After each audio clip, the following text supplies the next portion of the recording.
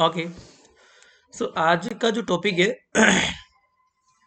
3 ferrite device है आपके syllabus में। उन तीनों फेराइट डिवाइसेस में हम लोग पहला फेराइट डिवाइस पढ़ेंगे जिसमें ये रोटेशन की प्रोसेस होती है। क्योंकि फेराइट का मतलब क्या होता है, माइक्रोवेव को डायरेक्शन प्रोवाइड करना या फिर एक तरह से उसको रोटेट करवाना। ये होता है फेराइट का एक्चुअल मीनिंग। ठीक है। अब इसमें क्या होता है कुछ डिवाइसेस काम आते हैं जिन्हें बोलते हैं फेराइट डिवाइसेस। सो चलिए स्टार्ट करते हैं। फेराइट डिवाइसेस कैसे होता है, उनका कंस्ट्रक्शन क्या होता है, उनकी वर्किंग क्या होती है। तो ये 3 डिवाइसेस हैं और इन तीनों डिवाइसेस में से एक डिवाइस प्रोबेबली एग्जाम में आता है। ज़्यादा कुछ दिक्कत नहीं है, लगभग लगभग सभी की कंस्ट्रक्शन और वर्किंग सेम ही है। इतना कोई डिफरेंस नहीं है किसी में भी। So let's start the discussion. ये हमारा कल का लास्ट था जो हम लोगों ने कल डिस्कस किया था। नाउ आज का टॉपिक क्या है हमारे पास, हेडिंग दो, फेराइट डिवाइसेस।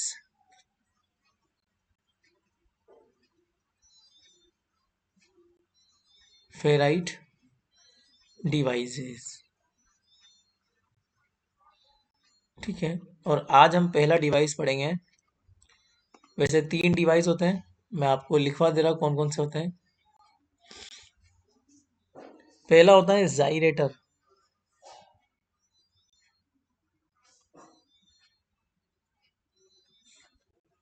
दूसरा होता है आइसोलेटर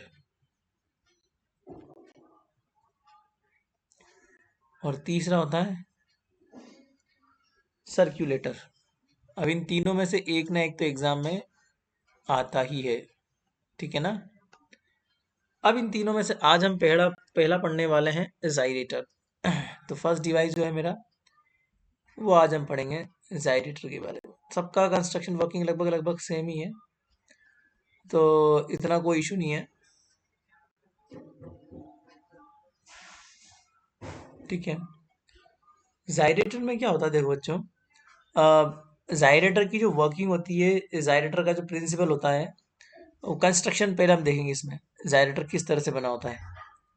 तो देखना, सबसे पहले ना इसमें ना पोर्ट होते हैं कुछ, लाइक पहला जो पोर्ट होगा वो ये वाला होगा, मतलब रेक्टेंगुलर गाइड इसमें होती है, रेक्टेंगुलर वेव गाइड लाइक। तो द लाइक फर्स्ट पोर्ट, ये पहला रेक्टेंगुलर गाइड होता है इसमें, ठीक है, जिसे बोलते हैं फर्स्ट पोर्ट। ओके। और यहाँ से एक ट्विस्ट होता है। ट्विस्ट इसलिए ताकि माइक्रोवेव का रोटेशन करवाया जाए, इसलिए इसमें 90 डिग्री का ट्विस्ट किया जाता है, ठीक है ना, उसकी ज्योमेट्री की वजह से। तो ये एक ट्विस्ट है, ठीक है। और this is like this, okay. And इसको मिलाते हैं हम दूसरे पोर्ट से। दूसरा पोर्ट ये वाला है,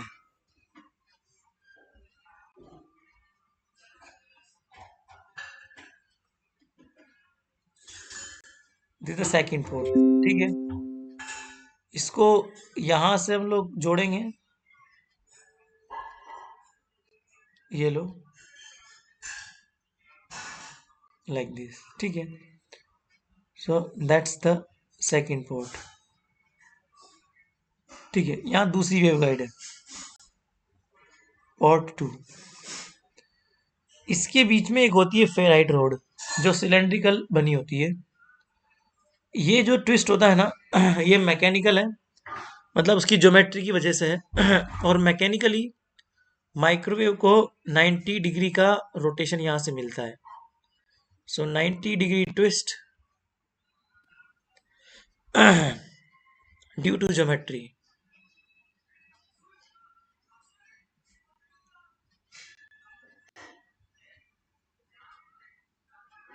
ठीक है। और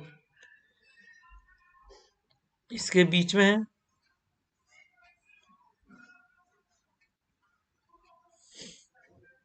फेराइट रॉड, इसे बोलते हैं फेराइट रॉड जो कि सिलेंड्रिकल वेवगाइड होती है,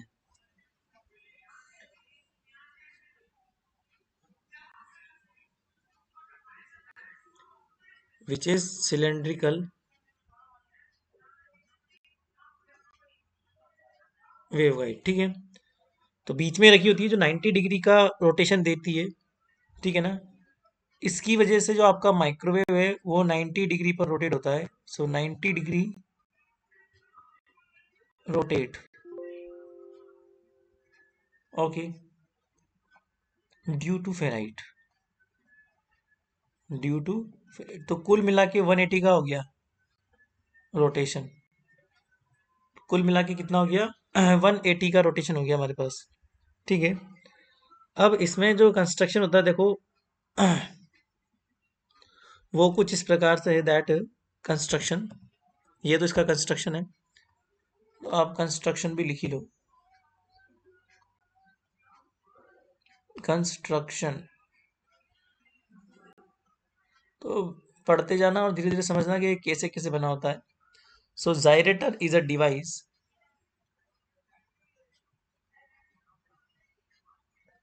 gyrator is a device which is defined as, which is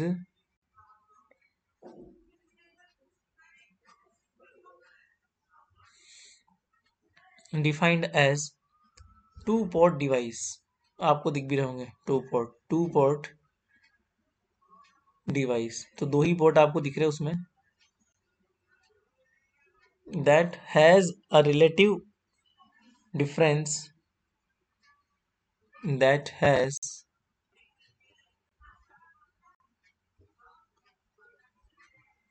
a relative difference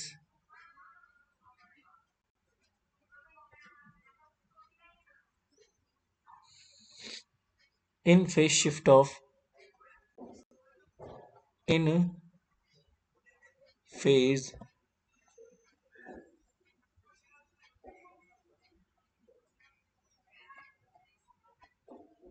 in phase shift of 180 degree for transmission 180 degree, जो कि आपको ऊपर शो कर ही दिया, for transmission, for transmission from left to right, from left to right, तो ये आपको शो भी हो रहा है ऊपर की ओर, है ना, कि 180 का हो रहा है। देखो ऊपर देख लो आप वापस से, लेफ्ट से जाएगी आपकी वेव तो 90 डिग्री पर ट्विस्ट यहाँ मिलेगा, तो 90 डिग्री पर यहाँ रोटेशन हो जाएगा और 90 डिग्री वहाँ, तो टोटल मिला के कितना हो गया 180 degree okay, that is from port 1 two port 2 that is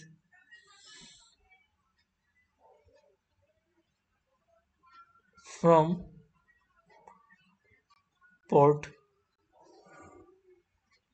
1 two port 2, मतलब वो 1 से 2 में जाएगी तो उसमें 90 डिग्री का रोटेशन प्लस 90 डिग्री का रोटेशन मतलब 180 का आ जाएगा, एज कंपेयर टू ट्रांसमिशन, अब उल्टा करो comparison, as compare to, as compare to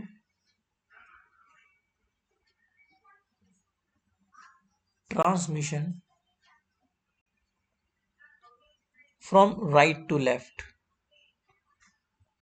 from right to left, देखो राइट से लेफ्ट में जाओगे ना तो 180 का नहीं आएगा, तो वो बिना किसी फेस के ही निकल जाएगी 201 में, क्यों हो जाएगी, क्योंकि इस ज्योमेट्री की वजह से ना मान लो ये ज्योमेट्री इस प्रकार से टेढ़ी है, इस तरह से टेढ़ी है, तो इस प्रकार से अगर टेढ़ी है ये ज्योमेट्री, तो आपकी वेव जब यहाँ से जाएगी तो वो भी ऐसे ही टेढ़ी हो जाएगी, और फेराइट डिवाइस जो होता है ना, वो तो आपको, ये जो सिलेंड्रिकल है, ये तो आपको जो है एंटी क्लॉकवाइज ही प्रोवाइड करवा रहा है, मान लो। ठीक है, तो सॉरी क्लॉकवाइज, तो ये क्लॉकवाइज और ये भी क्लॉकवाइज, तो हो गया क्लॉकवाइज में 180 का फेस। बट होता ऐसा है, जब आप यहां से यहां जाओगे तो ये तो क्लॉकवाइज देगा आपको, बट ये एंटी क्लॉकवाइज देगा, क्योंकि इसकी ज्योमेट्री उस अकॉर्डिंग है कि वो एंटी क्लॉकवाइज दे दे। अगर आप उल्टा जाओगे तो उल्टा जाने पे ये जो ज्योमेट्री है ना, ये आपको उल्टा फेस डिफरेंस दे देगी, जबकि फेराइट रोड जो है सिलेंड्रिकल, इसका रोटेशन फिक्स है। ये तो क्लॉकवाइज देगी तो क्लॉकवाइज ही देगी, चाहे आप लेफ्ट से राइट में जाओ, चाहे राइट से लेफ्ट में जाओ। बट ये जो ज्योमेट्री है ना, ये कुछ इस प्रकार से मोड़ी गई है कि अगर आप यूं जाओगे तो ये तो क्लॉकवाइज देगी, बट अगर आप यूं जाओगे तो ये एंटी क्लॉकवाइज देगी, ड्यू टू दिस ज्योमेट्री। तो कुल मिला के अगर पोर्ट 2 से पोर्ट 1 में आप गए, तो फिर आपको टोटल मिला के 0 डिग्री का फेस चेंज मिलेगा। और जबकि आप 1 से 2 में गए तो 90 प्लस 90 मतलब 180 का मिलेगा। तो एज कंपेयर टू, ये सब मैं लिखवाऊंगा, डायग्राम बनवाऊंगा, आपको चिंता मत करो। ठीक है, तो ये तो समझने के लिए कि हम लोग जब 2 से 1 में जाएंगे तो उसके कंपेयर में 180 का फेज आ जाएगा। So from right to left. अब इसमें क्या होता है, इट कंसिस्ट, क्या क्या होता है इसके अंदर वो समझते हैं। It consist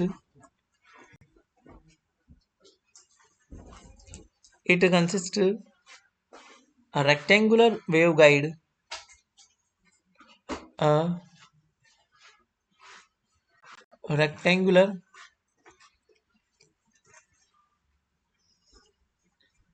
it consists a rectangular waveguide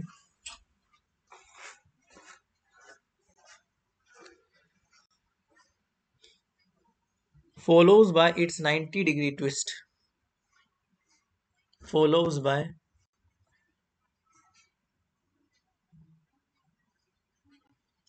its 90-degree twist। आपको दिख ही रहा होगा, पहला जो ज्योमेट्री की वजह से आया था ना, वो रेक्टेंगुलर वेवगाइड में ही था। 90-degree twist as port 1 at port 1, जो आपको ऊपर दिख ही रहा होगा, connected to a rectangular waveguide, connected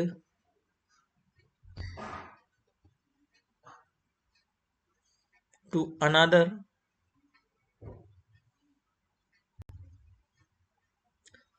rectangular waveguide, जो आपको पोर्ट 2 में दिख रहा होगा। दोनों में कनेक्शन है, बट बीच में कुछ ट्विस्ट भी है ना। Connected to another rectangular waveguide at second port, at second port. ठीक है, this rectangular waveguide having some orientation,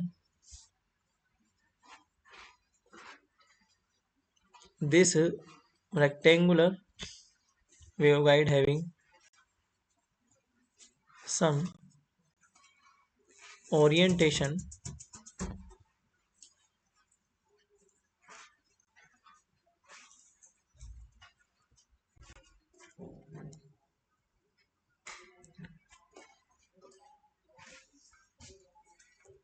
and circular waveguide contain a thin and circular waveguide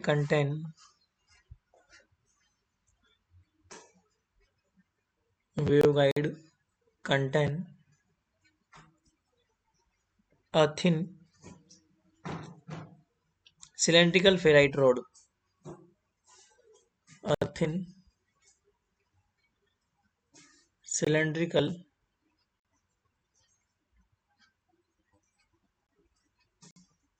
ferrite rod with the ends tapered to reduce the reflection.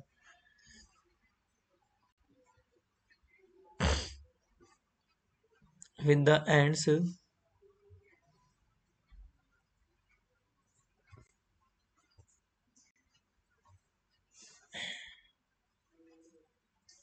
tapered to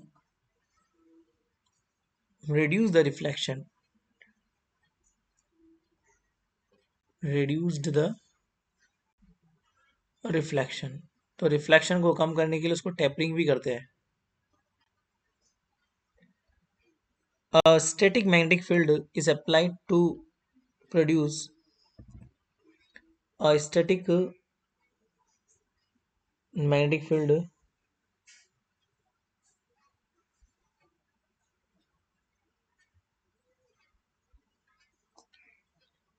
a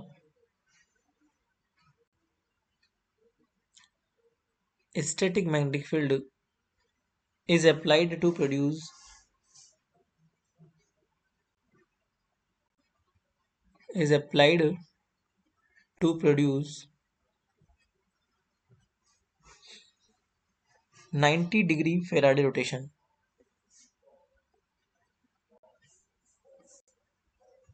90-degree Faraday rotation of the TM11 mode of the TM11 mode in a circular waveguide, in a circular। अब देखो ये magnetic field कहाँ लगा है वो भी समझ लो।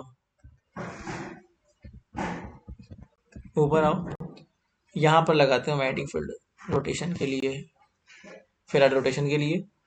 ठीक है, तो ये इसको जो है सर्कुलर वेव गाइड को 90 डिग्री रोटेशन करने की क्षमता देता है। देखो 90 डिग्री का ट्विस्ट, 90 डिग्री रोटेशन तो इस ट्विस्ट की वजह से आ जाएगा, ज्योमेट्री की वजह से। इसके अंदर जो 90 डिग्री रोटेशन है वो कौन लाएगा? मैग्नेटिक फील्ड लाएगा, स्टैटिक मैग्नेटिक फील्ड। तो ये मैग्नेटिक फील्ड अल्टीमेटली यहां पर अप्लाई करते हैं इस सिलेंड्रिकल वेवगाइड में, जिसे बोलते हैं बी नोड। और इसकी वजह से उस फेराइट में क्षमता होती है कि वो 90 डिग्री का रोटेशन करवा पाए उस माइक्रोवेव को। ठीक है ना? अब देखो इसका जो स्ट्रक्चर है रोटेशन का, वो मैं आपको दिखाता हूँ इसका वर्किंग कैसे होता है। ठीक है ना? तो वर्किंग स्ट्रक्चर पढ़ते हैं इसका। यहां पर ऐसा होता है, जैसे मान लो आपका ये इस तरह से स्ट्रक्चर बना रहा हूं, मैं समझने के लिए बना रहा हूं बस मैं ये। तो ये इस तरह से आपका वेव इंसिडेंट हुआ, ये इंसिडेंट हुआ वेव।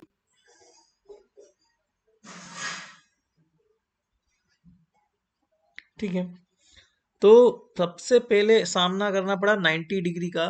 आपने खुद देखा होगा यहाँ पे एक ट्विस्ट है जो एंटी क्लॉकवाइज घुमाएगा 90 डिग्री। ठीक है, इस ट्विस्ट की वजह से आपका जो वेव है वो 90 डिग्री पर रोटेट होगा।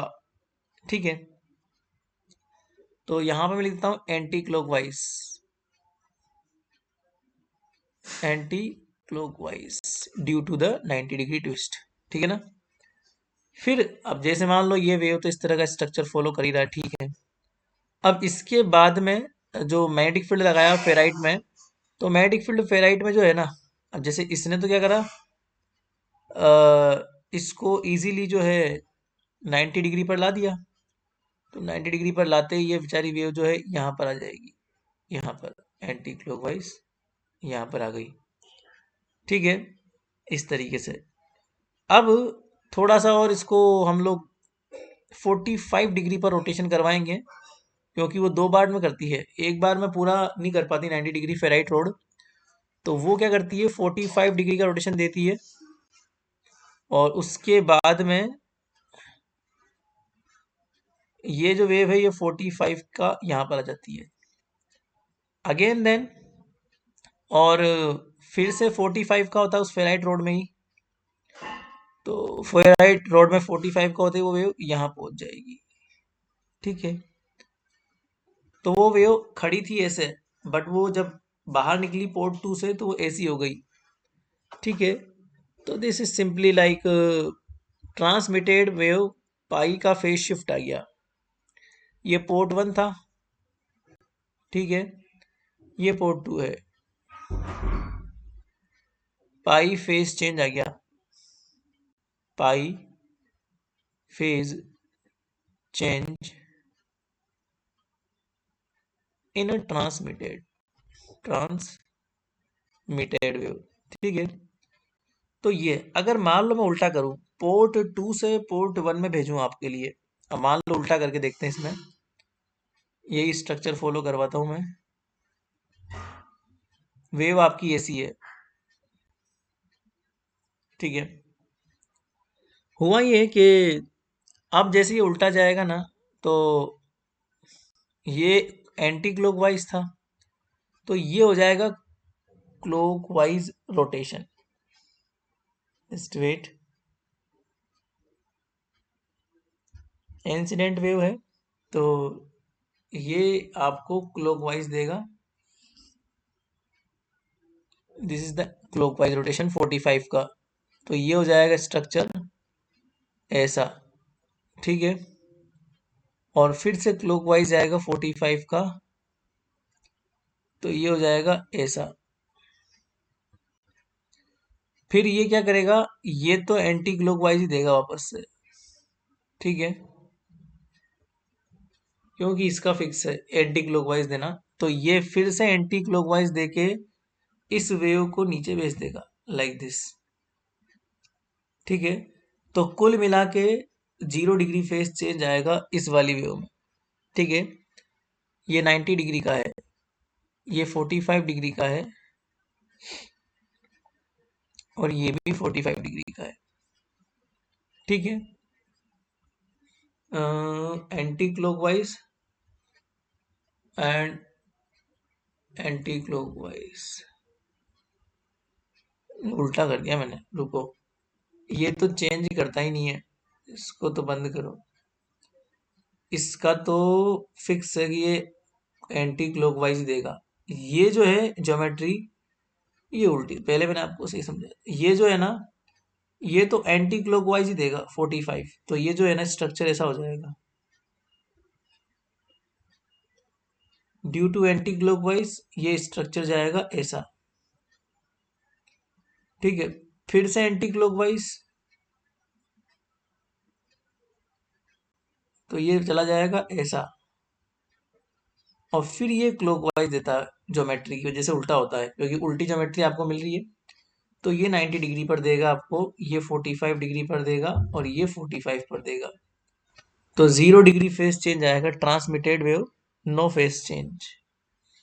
यहां से इंसिडेंट किया था, और यहां से ट्रांसमिटेड हो गया,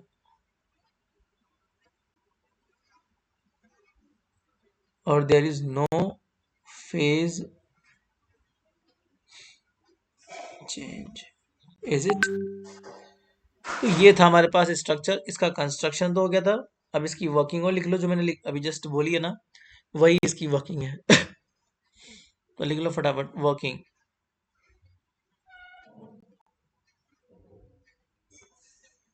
consider a wave travelling from,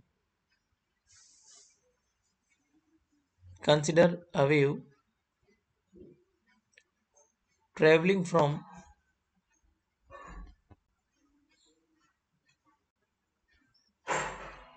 left to right,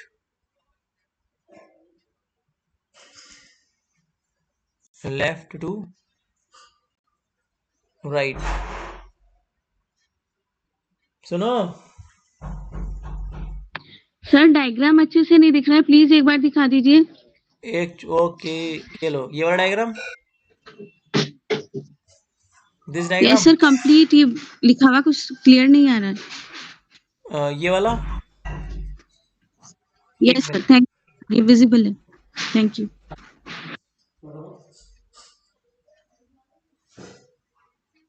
हाँ,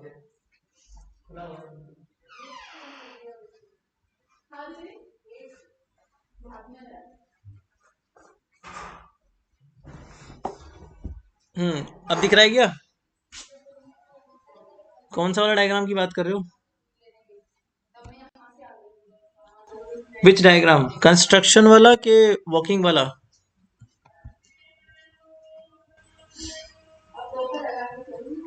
सर वर्किंग वाला। वॉकिंग वाला, ओके। दो, यहां से स्टार्टिंग है डायग्राम की।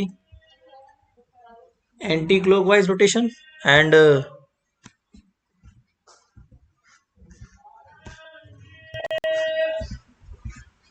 ये पूरा डायग्राम है, ठीक है। एक बार चेक कर लो,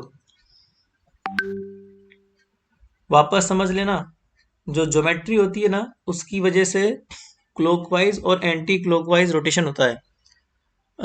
आप अगर लेफ्ट टू राइट जाओगे तो एंटी क्लॉकवाइज, और राइट टू लेफ्ट आओगे तो क्लॉकवाइज।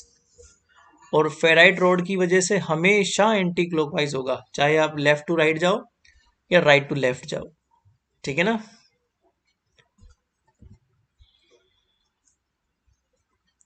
अब क्लियर है?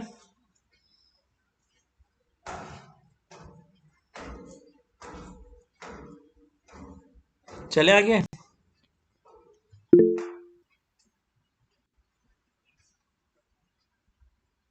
Okay, so right to left, so consider a wave traveling from left to right by uh, by virtue of twist, by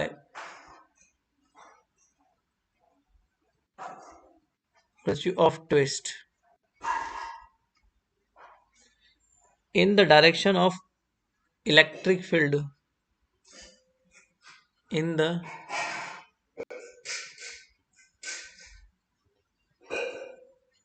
direction of electric field is rotated by 90 degree anti-clockwise, is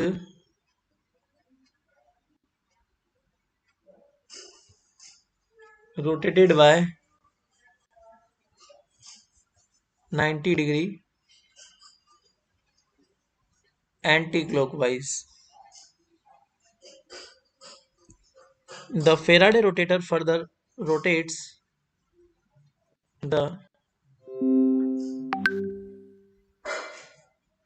Faraday rotator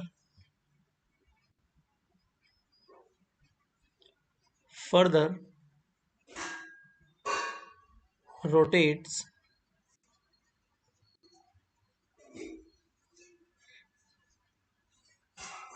the field, rotates the field, field मतलब वही जो line मैंने आपको खड़ी करी है ना, वो इलेक्ट्रिक फील्ड की, मतलब सिग्नल की लाइन है। वो सिग्नल जो है वो इलेक्ट्रिक फील्ड है, क्योंकि इलेक्ट्रिक फील्ड जो होता है ना वो स्ट्रेट लाइन को फॉलो करता है। तो वो जो आपको लाइन दिख रही है ना, एक एरो दिख रहा है, वो एक इलेक्ट्रिक फील्ड का कंपोनेंट है, जो शो कर रहा है कि उस फील्ड को हम रोटेट कर रहे हैं। The Faraday rotator further rotates the field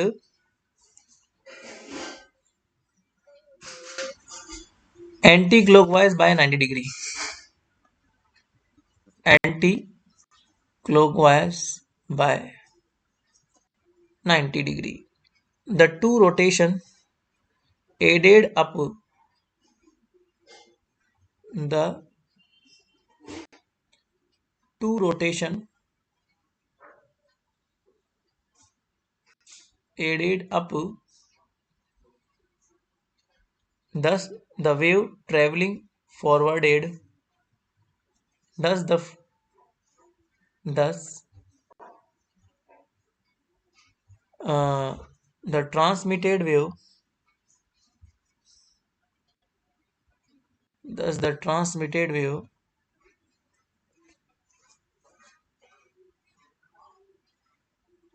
suffer a phase change by suffer a phase change suffer a phase change by pi, pi मतलब 180 डिग्री, ठीक है। बट उल्टा जाओगे राइट टू लेफ्ट तो कुछ भी नहीं मिलेगा। The wave travelling from right to left, the wave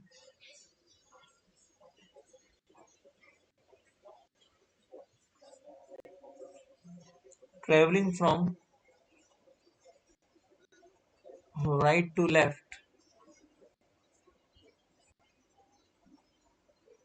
suffers a 90-degree rotation, suffers a 90-degree rotation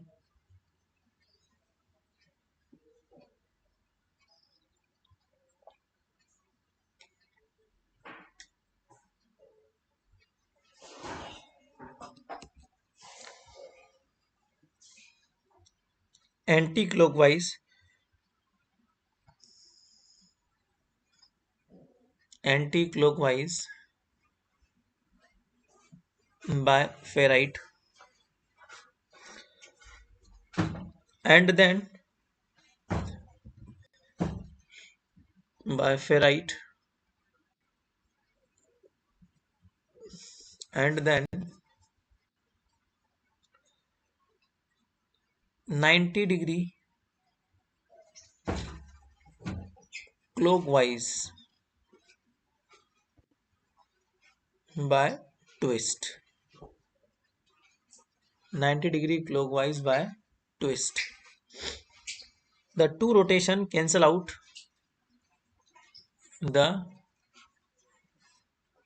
two rotations